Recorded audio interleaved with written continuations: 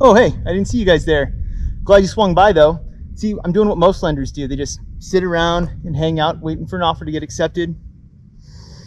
And that's the problem. You can't just sit around and wait. I don't think ever, especially now, your lender partners have to be more of an asset than they ever have been. We have to create confident buyers. Right now, your buyers are worried about price, they're worried about overpaying, and it's an emotional decision. So it's our job to help them overcome that emotion with data and analytics. So today I'm going to show you guys something that I do with all of my clients to help them look at price differently. Instead of looking at price, we're going to look at what your actual costs are. Because when you're financing a home, you're not paying the purchase price. You're paying a portion of it. And I'm going to show you how that works. Okay, so I'm not a fan of making up things to show you guys. I'd rather show from real examples. So this is a client that got into escrow last week. She was set on this property at $1,225,000. That was all it was worth to them. Her realtor called and said, if we can get him to go to $1,250,000, I know that we have the house. I've already talked to the listing agent, but the clients won't budge.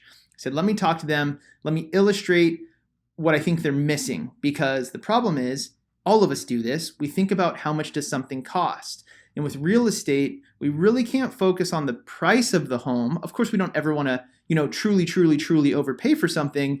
But when we're financing it, we really need to make sure that we're looking at the two things that people always talk about: monthly payment and cash out of pocket. So I modeled out her max price of $1,225,000 with last week's wonderful interest rate of 2.75%.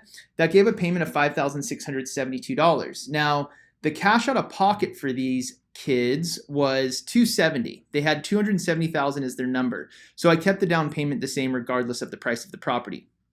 Now what I got to show them is, look, you guys, if you bump up to $1,250,000, yes, it's an extra $25,000. And I know $25,000 is $25,000, but when it comes to winning or losing the house to competition, is it worth losing for $128 a month? Is it worth losing for no extra money out of pocket?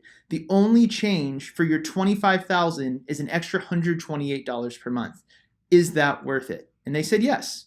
So that was the first step of what I showed them. Now at the same time, what I wanted to show them is, what if we do miss this house? Let's just look at an example I built. This is not real. This one is an example I use with a lot of my clients. But let's look at what can happen. There's really only 4 options. Really, there's only 3 places we go from here. So we have where the market is currently. What if prices drop? Because that's what everyone's hoping for, is a drop in price. But for prices to drop, that means rates will have risen.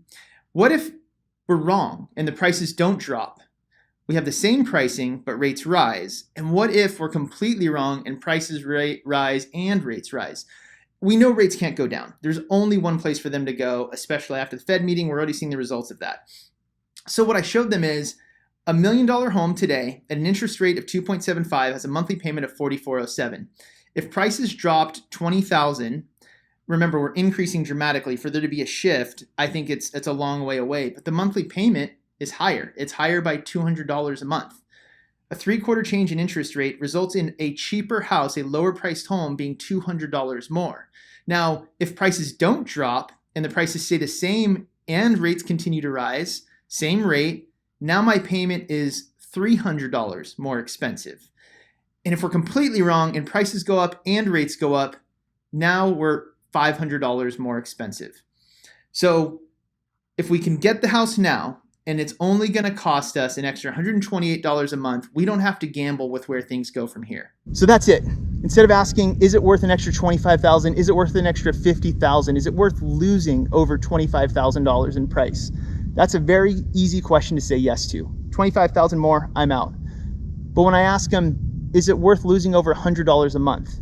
It's a very different emotion. It's a very different answer. And when we teach our buyers to overcome the perception of price and focus on what their true costs are, costs out of pocket, cost monthly, it makes all the difference in the world. And that's just one of the things I'm doing with all of my clients to make sure when it comes time to make an offer, they're making a confident offer so we can get accepted faster and get them on the right side of the appreciation we're seeing as fast as possible.